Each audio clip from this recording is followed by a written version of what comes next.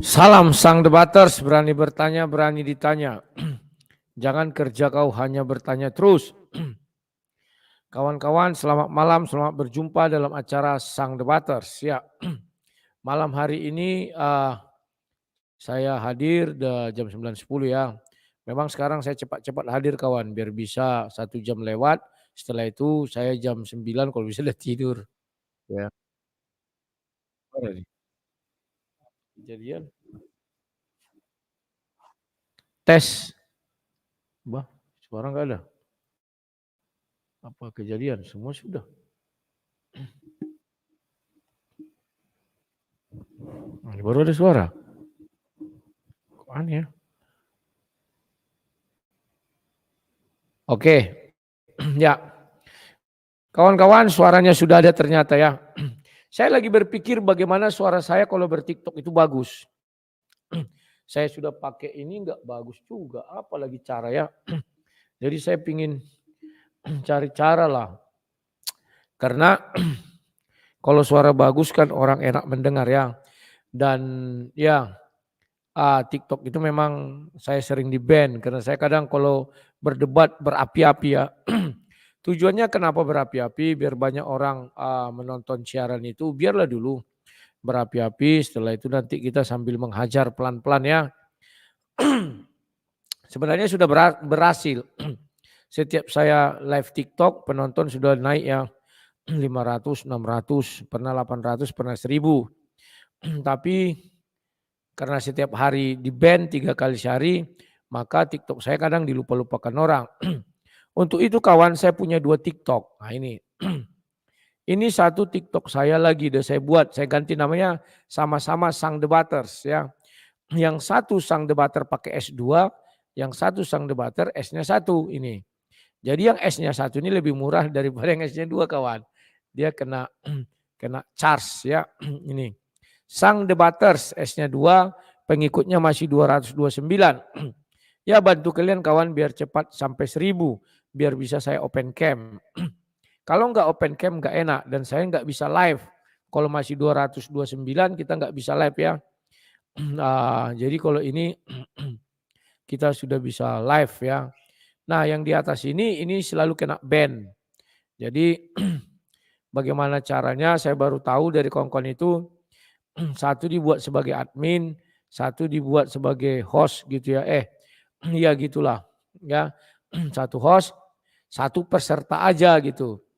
Jadi bisa dia bicara dalam. Jadi kalau satu kena kick, yang satu lagi masih aman. Katanya sih begitu. Jadi saya tetap bisa live ya.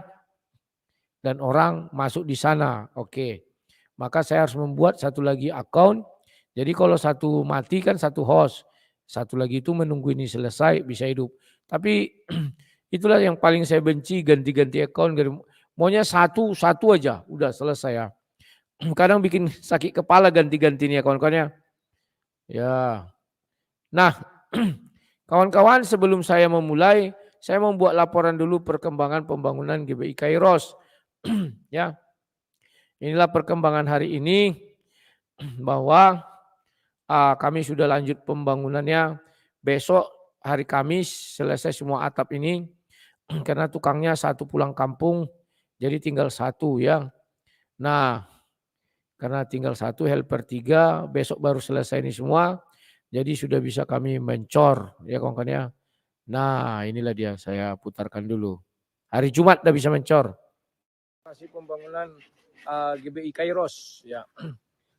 Sekarang hari Rabu. Bah, rencana kami suaranya kok enggak ada ya? Ternyata enggak bisa. Pertama berarti waktu aku tadi siaran ini Jumat, tapi sinyal lemah ya. Sore atau pembangunan sudah sampai tahap ini selesai. Jadi inilah perkembangannya kawan-kawannya. Atau besok karena besinya lagi dirakit. Sudah mulai mencor. Tinggal ini sudah mulai finishing cor ke drop zone ini ya. Setelah selesai itu baru kami akan fokus ini. Yang kemarin kan rencana mau di blok ini, dibalok ini berserentak ya. Makanya belum dibalok karena di sana itu belum rampung depan ini.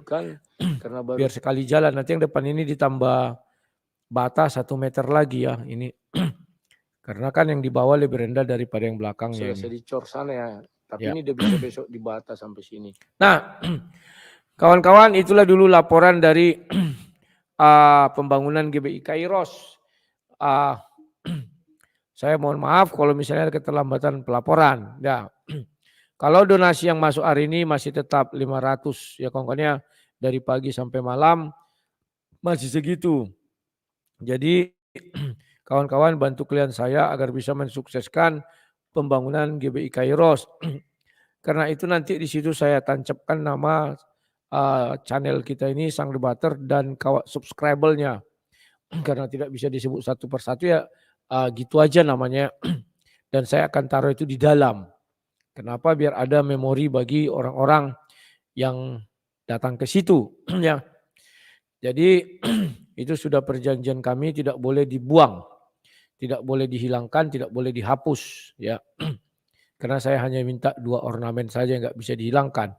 Selebihnya karep mula, kalau ada uangmu kau bangun lebih bagus silakan. Kalau ada uangmu mau kau ganti-ganti silakan, kan gitu ya. Nah, bulan 5 kami akan bayar sewa ruko lagi kawan. Kalau saya lepaskan mereka sendiri, yakin mereka tidak akan sanggup ke sana ya. Karena memang sekarang ini mereka lagi pada kesusahan semua. Ya biasalah, pasti ada yang punya kerjaan di sini kan kontrak. Habis kontrak, macam lah ya kawan-kawannya. Kok nggak ada suara ya? Apa yang terjadi? Tes. Suaranya ada nggak ya? Dari tadi aku bicara-bicara suaranya ada. Mana ini? Apa yang terjadi? Tes. Halo kawan-kawan, suaranya ada? Kok ini belum dengar ya? Apa yang terjadi? Sudah. Tadi sudah ada audionya. Tes. Sudah ada. Tes, tes. Ada audionya, tapi kalau aku buka di sini kok nggak kedengaran ya. Suara oke. Oke lah kalau memang sudah oke ya.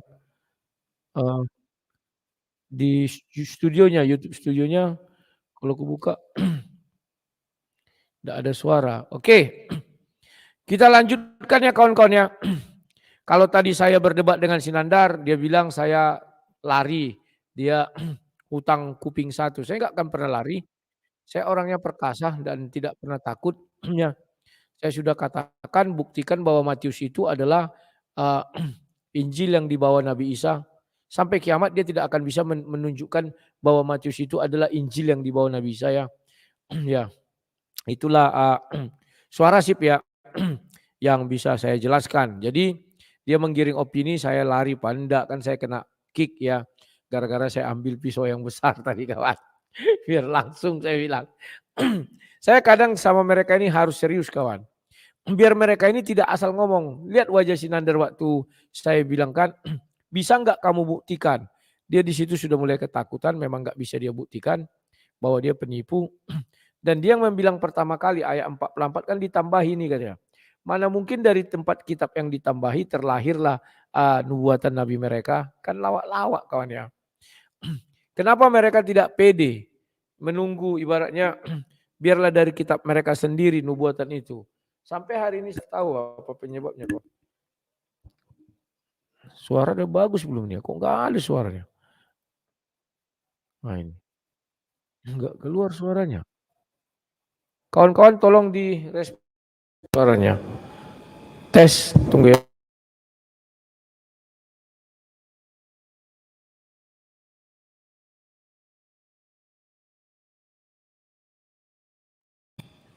Ya, tes semoga bagus ya. Audio. Tes 1 2 3. Ya, oke. Sekarang langsung aja biarlah nggak ada suara di apa namanya nih? Di kontrolnya tapi ada suara kalian dengar ya. Sekarang saya lanjutkan saja ke pembicaraan kita. Kalau tadi siang kita sudah berbicara Nuh, ada 2. Sekarang kita Nuh. Tadi kita berbicara Musa ada 2. Setelah itu kita berbicara Ibrahim ada 2 juga, bukan Abraham. Sekarang kita berbicara Nuh ada 2. Ya. Saya disclaimer, tujuan saya tidak ada untuk menghujat, tidak ada untuk menyakiti atas siapapun. Justru saya mengobati luka-luka batin selama ini yang ditimbulkan dari pemahaman bahwa Nuh ada satu. Sehingga ketika Nuh ada satu maka terjadilah perpecahan terus, perperangan, argumen lawan argumen, dan akhirnya menjurus kepada penghujatan. Apa lagi nih? Kalau gini kedengaran enggak ya? Tes, tes. Enggak juga kedengaran. Apa ya? Tes, tes, tes. Ya udahlah. Jadi kawan-kawan, ini harus kita perhatikan baik-baik ya. Sekarang saya bukakan faktanya karena ini menyangkut keimanan dua agama, maka saya akan membuka dua kitab suci. Yakni yang pertama kitab suci Quran dan yang kedua saya buka kitab suci Bible. Ya. Kita akan memperbandingkan kedua kitab ini untuk membuktikan bahwa Nuh ada dua. Ya, sebentar. Yang pertama, sabar ya.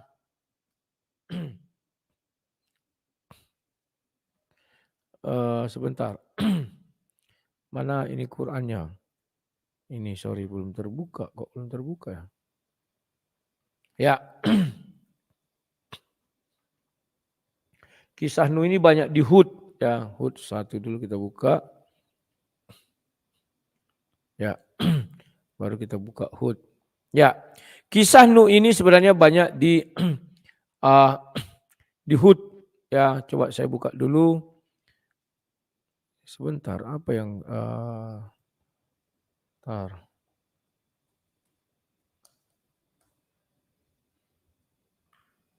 di sini.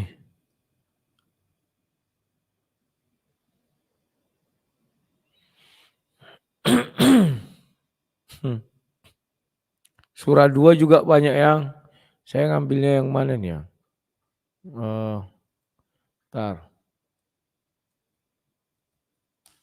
Ya. Surah 11 ayat 42 atau 11 itu Hud ya. Sudah masuk Al-Qur'annya mana ya? Ini lagi-lagi saya disclaimer, saya hanya membentengi iman saudara saya dan saya mengobati luka-luka batin yang selama ini ada akibat orang menyatakan Nuh itu sama di dalam Al-Quran dan di dalam Bible. Itu tidak sama ya. Jangan dipaksa agar dia tidak menjadi sebuah pertentangan. Ya, saya buka surah Hud yang 42. Itu yang pertama ya. Di sana dikatakan begini. Dan kapal itu berlayar membawa mereka ke dalam gelombang laksana gunung-gunung. Dan Nuh memanggil anaknya ketika anaknya itu berada di tempat yang jauh terpencil. Wahai anakku, naiklah ke kapal bersama kami. Dan janganlah engkau bersama orang-orang kafir. 43. Dia anaknya menjawab, aku akan mencari perlindungan ke gunung yang dapat menghindarkan aku dari air bah. Nuh berkata, tidak ada yang melindungi dari siksaan Allah pada hari ini selain Allah yang Maha Penyayang. Dan gelombang menjadi penghalang antara keduanya, maka dia anak itu termasuk orang yang ditenggelamkan. Jadi di sini anak si Nuh tenggelam, ya. Kalau kalian baca Al-Quran, anak Nuh yang di dalam Al-Quran itu tenggelam. Kalau orang Kristen tidak perlu saya jelaskan. Anak Nuh di dalam Bible itu selamat. Karena Nuh di dalam Bahtera Nuh ada 8 orang. Nuh istrinya Sem, Ham, Yafet dan ketiga istrinya. Jadi 8 orang. Ya. Mereka semua selamat. Nah, kalau kalian buka lagi, kalian cari literasi Islam, siapa nama anak yang wafat itu namanya Kan'an. Sementara di dalam Bible Kan'an itu adalah cucunya si Nuh. Udah beda ya. Jadi kawan-kawan itu dua perbedaan. Sekarang perbedaan ketiga yang mencolok. Sebentar. Kita bisa melihat surah 66 ayat 10. Surah 66 ya. Surah 66. Surah 66. Ingat ya, saya tidak ada menafsir ya. Ayatnya yang ke-10. Saya yang bacakan bahwa Nuh di dalam Alkitab tidak sama dengan Nuh di dalam Bible. Ini. Surah 66 ayat yang ke-10 dibilang gini, Allah membuat perumpamaan bagi orang-orang kafir. Istri Nuh dan istri Lut, keduanya berada di bawah pengawasan dua orang hamba yang salih di antara hamba-hamba kami. Lalu kedua istri itu berkhianat kepada kedua suaminya. Tetapi kedua suaminya itu tidak dapat membantu mereka sedikit pun dari siksaan Allah. Dan dikatakan kepada kedua istri itu, masuklah kamu berdua ke neraka bersama orang-orang yang masuk neraka. Jadi istri Lut dan istri Nuh sekarang di neraka. Jadi kalau dikatakan orang itu, apakah neraka Islam sudah terisi? Sudah. Yang isinya adalah istri Lut dan istri Nuh. Karena dia bilang masuklah kamu. Kalimat masuklah kamu itu kan udah disuruh masuk kawan. Saya nggak tahu ya. Kalau bahasa Indonesia begitu. Kalau tafsir bahasa Indonesia terjemahannya. Nah sekarang kita tidak mengatakan itu. Kenapa? Biarlah itu hanya bahasa Indonesia. Nanti mereka bilang karena tafsir bahasa Indonesia orang bisa tersesat. Oke. Ini sekarang kita masuk dulu. Kalau kalian mau membuktikan itu, buka saja tafsir Ibnu Katsir. Karena Ibnu Katsir ini lebih saya percaya ya. Nah ini. Silakan kalian baca nanti sini apa yang dimaksudnya. Ini kan ada uraian-uraian lalu berkhianat kepada kedua suaminya ini nih. Nah. Masuklah ke neraka bersama orang-orang yang masuk. At-Tahrim 10. Maka yang dimaksud bukannya keduanya berbuat serong, melainkan berkhianat dalam masalah agama dan iman. Karena sesungguhnya semua istri Nabi dimaksum dari perbuatan yang keji zina, mengingat kehormatan para nabi yang menjadi suaminya. Sebagaimana yang telah dijelaskan dalam tafsir surah An-Nur. Syufan Asyuri telah ini meriwayatkannya. Ini bahwa keduanya tidak berbuat serong zina ya. Kita lanjutkan lagi. Ya. Ya, jadi bahasa Arabnya juga kita lihat apakah itu betul neraka. Kalian nanti lihat di sini aja. Ada di sini bahasa-bahasa kalau kalian baca ada Arabnya. Kalau bahasa Indonesia memang dibilang masuklah mereka ke neraka ya. Masuklah kamu berdua ke neraka bersama semua orang yang masuk ke neraka katanya. Neraka itu apa? An-nara mungkin ya. Apa ini? Saya pun nggak tahu ya. Nanti kalian cari di sini, kalian masukkan ke apa? Nanti itulah dapatnya apa itu neraka atau tidak. Nah, jadi kawan-kawan, sementara istri Lut yang di dalam istri Nuh, yang di dalam Alkitab selamat bersama Nuh dan ketiga putranya dan menantunya. Jadi mulai hari ini dan seterusnya berhenti mengakui bahwa Nuh di dalam Al-Quran adalah Nuh di dalam Bible. Kenapa? Agar luka-luka batin yang selama ini terbit akibat perselisihan para pendebat Islam dan Kristen bisa terobati. Bahwa saya nanti akan membuktikan seluruh nabi-nabi yang ada di Islam itu berbeda dengan nabi-nabi yang ada di Kristen atau di Yahudi, ya, di Israel. Itu tidak ada yang sama, ya. Tapi kalau ada yang mengatakan, loh itu kan perspektif. Ini bukan mengenai masalah perspektif, tapi mengenai sebuah catatan sejarah. Ini mengenai sebuah catatan firman Tuhan, yang mana satu hidup, yang satu mati. Yang mana satu kafir, yang sama satu lagi terhormat. Ya, jadi tidak bisa disamakan. Kalau memang mereka bisa menyamakan, maka misalnya yang menyamakan itu namanya Baluhab. Baluhab yang di situ kita lihat nama bapaknya misalnya si Karpidol. Sementara Baluhab yang di sana nama bapaknya si Silateung. Berarti dua bapak, dua ibu melahirkan satu anak. Kan apa yang terjadi? Gila. Maka betullah orang-orang itu adalah orang-orang gila. Tidak bisa disentuh oleh hukum karena dilindungi pasal 44 KUH pidana. Ya. Nah, kawan-kawan, saya tidak mengada-ngada bahwa Nuh di dalam Bible berbeda dengan Nuh di dalam Alkitab. Belum lagi kalau kita baca bahwa di dalam bacaan Nuh di dalam Al-Quran, Bible dan Al-Quran. Nuh di dalam Al-Quran, penumpang baterah itu berisi orang-orang yang diselamatkan bukan hanya 8, tapi banyak kaumnya, kaum Nuh. Sementara di Bible hanya 8 orang itu beserta hewan ternaknya. Ya. Lah saya gaptek mau ikutan TikTok nggak tahu caranya. Caranya masuk ke App Store. Download dulu TikToknya, install, udah jadi dah. Nanti ikuti langkah-langkahnya buat account. Sudah buat account bisa pakai nomor HP, bisa pakai email, udah langsung terbuka itu ya. Oke, sekarang saya ambil ini link, saya salin. Bagi yang mau berdiskusi silakan, kita berdiskusi ya.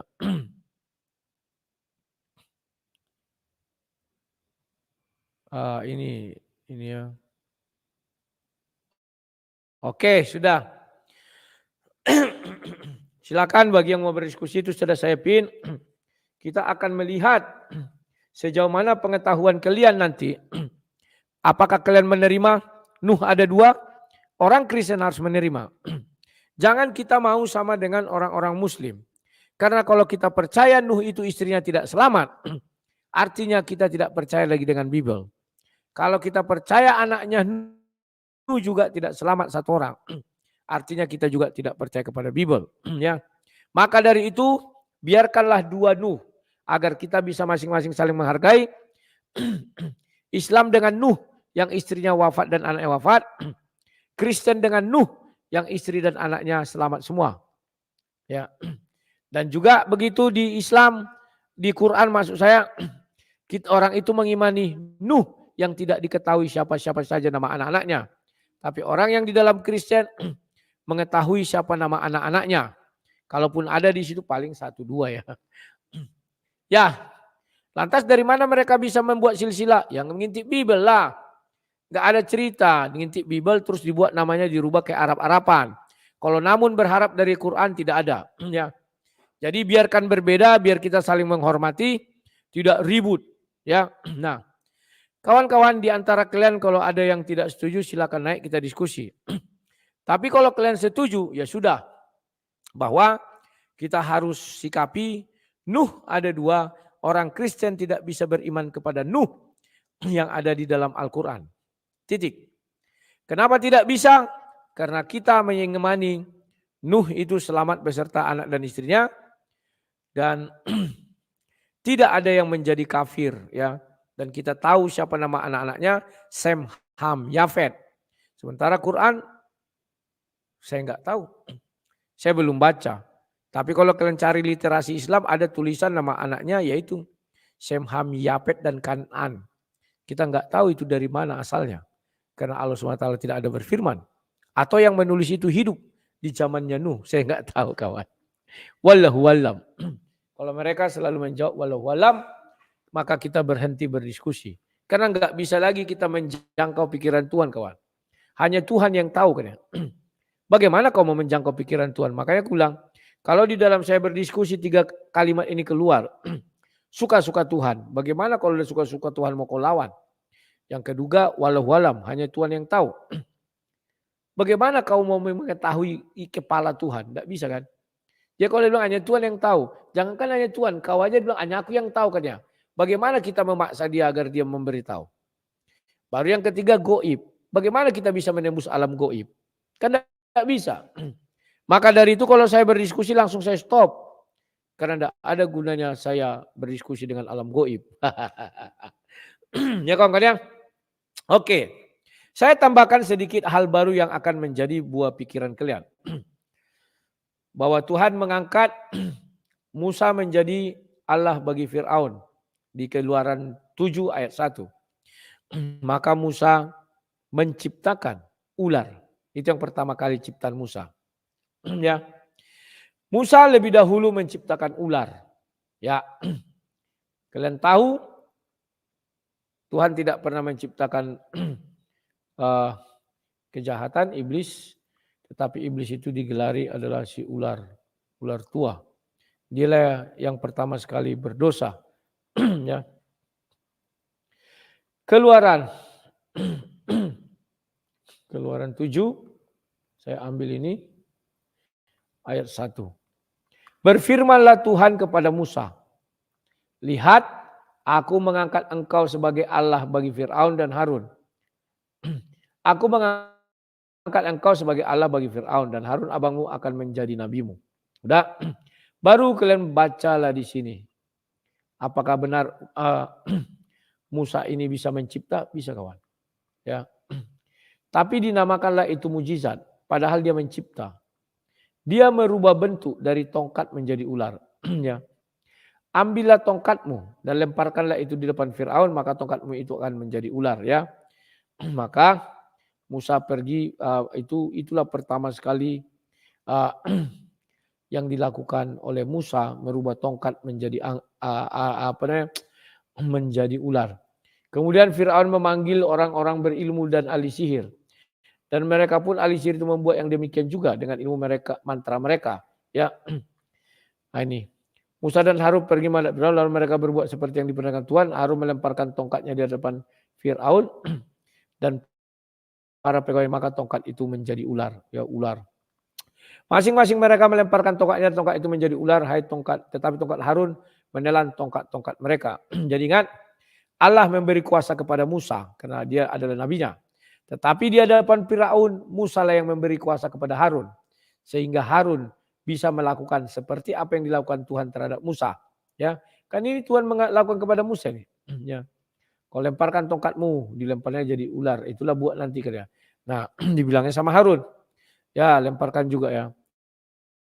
Tetapi hati Firaun berkeras sehingga tidak mau mendengarkan mereka keduanya seperti telah difirmankannya. Ya. Masing-masing mereka melemparkan tongkat dan tongkat-tongkat itu menjadi ular, tetapi tongkat Harun menelan tongkat-tongkat mereka. Perhatikan kawan, zaman dahulu orang sudah bisa merubah tongkat jadi ular. Dinamakanlah dia ahli sihir. Ya. Ahli sihir itu menciptakan tongkat jadi ular pasti menggunakan bahasa-bahasa khusus. Kalau Tuhan menciptakan namanya firman. Kalau manusia menciptakan namanya mantra. Ya. Karena itu dianggap ilmu sihir. Andai kata Tuhan hadir di hadapan kita, kita pun akan mengatakan ketika Tuhan menciptakan sesuatu, itu kita katakan sihir. Karena pengetahuan di kita merubah sesuatu menjadi sesuatu, itu namanya sihir. Kan gitu. Tapi oleh Tuhan nama itu dikatakan mencipta. Oke. Maka demikian juga manusia. Manusia memiliki daya cipta. Nah, tetapi daya cipta manusia semenjak kejadian 11 baru dikatakan apa yang direncanakannya itu akan terlaksana. Tetapi ketika zaman Musa ternyata ada mencipta tanpa menghasilkan melalui planning, tapi dia langsung berucap, jadilah ular, kira-kira begitu ya. Maka tongkat itu pun menjadi ular. Ngeri kawan. Jadi terbuktilah kejadian 1 ayat 26 bahwa manusia diciptakan serupa dan segambar dengan Tuhan. Nah, pertanyaannya, mengapa pertama sekali Tuhan menciptakan ular dalam peristiwa Adam, dalam peristiwa Musa? Aduh, aku kalau udah ngantuk gini, ngelantur-ngelantur bicara. Dalam peristiwa Musa melawan ahli sihirnya si Fir'aun. Kenapa tidak diciptakan singa sebagai bentuk lambang keperkasaan? Tapi yang dibuatnya adalah ular. Ya, dia melemparkan tongkat menjadi ular di hadapan Fir'aun. Ya. Kawan-kawan, siapa yang mau menjawab silakan. Aduh, membaca pun aku sudah nggak bisa. Karena mata ada pedih. Ya. Gak kuat lagi ya kawan. Karena saya sudah mulai ngantuk, nanti bicaranya ngelantur-ngelantur. Tadi saya dari proyek ikut bantu-bantu sedikit lah ngangkat-ngangkat pasir ya, mindah-mindahkan untuk persiapan mencor. Jadi kawan-kawan, itulah dulu perkembangan daripada pembangunan GBI Kairos. Kalau kalian punya berkat, jangan biarkan saya jalan sendiri. Percayalah kalian tidak akan jatuh miskin, ya. Sebab yang kita bangun ini rumah Tuhan, ya, bukan rumah manusia, tapi rumah di mana manusia akan berkumpul. Dan kita percaya bahwa Yesus itu bagi seluruh umat manusia. Bahkan yang tidak percaya pun Yesus hadir kepada dia. Karena dia mencari orang yang berdosa. Bukan mencari orang benar. Jadi berbahagialah orang berdosa karena Yesus selalu menghampiri kita. Tetapi bagaimana dengan para pendeta? Ya mereka jangan dulu berbahagia karena Yesus tidak menghampiri mereka. Karena mereka merasa mereka paling suci. Tapi kalau mereka merasa berdosa, Yesus akan menghampiri. Kenyataan yang terjadi kalau kita berhadapan dengan pendeta, mereka lah orang sucinya, kita lah orang pendosanya. Selalu begitu posisinya. Ya. Nah, kawan-kawan, saya akan mengajak Pak Budi Asali untuk berdiskusi. Mudah-mudahan Desember kami bisa berdiskusi mengenai Yudas ke neraka atau ke sorga. Ya, kalau itu bisa kami laksanakan, ya mudah-mudahan pikiran kita makin terbuka. Ya, nah berhubung saya sudah ngantuk, itulah dulu yang bisa saya sampaikan. Memang masih jam 7.40 dan biasanya nanti saya ngantuknya itu jam-jam tengah 10. Ya, tak apa-apalah saya ngawin-ngawani anak saya dulu ya. Karena kami di sini hanya bertiga, jadi memang sepi dia. Jadi kalau kami bertiga kumpul jadi ramai ya. Itu dulu yang saya sampaikan. Sekian dan terima kasih. Sampai jumpa. Salam Sang Debaters.